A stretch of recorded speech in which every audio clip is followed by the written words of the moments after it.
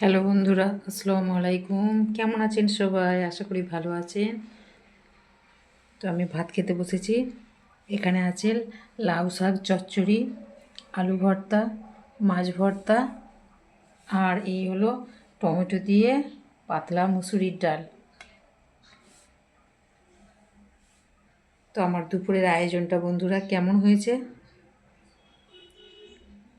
আমাদের সব ভর্তা খেতে ভালোবাসে।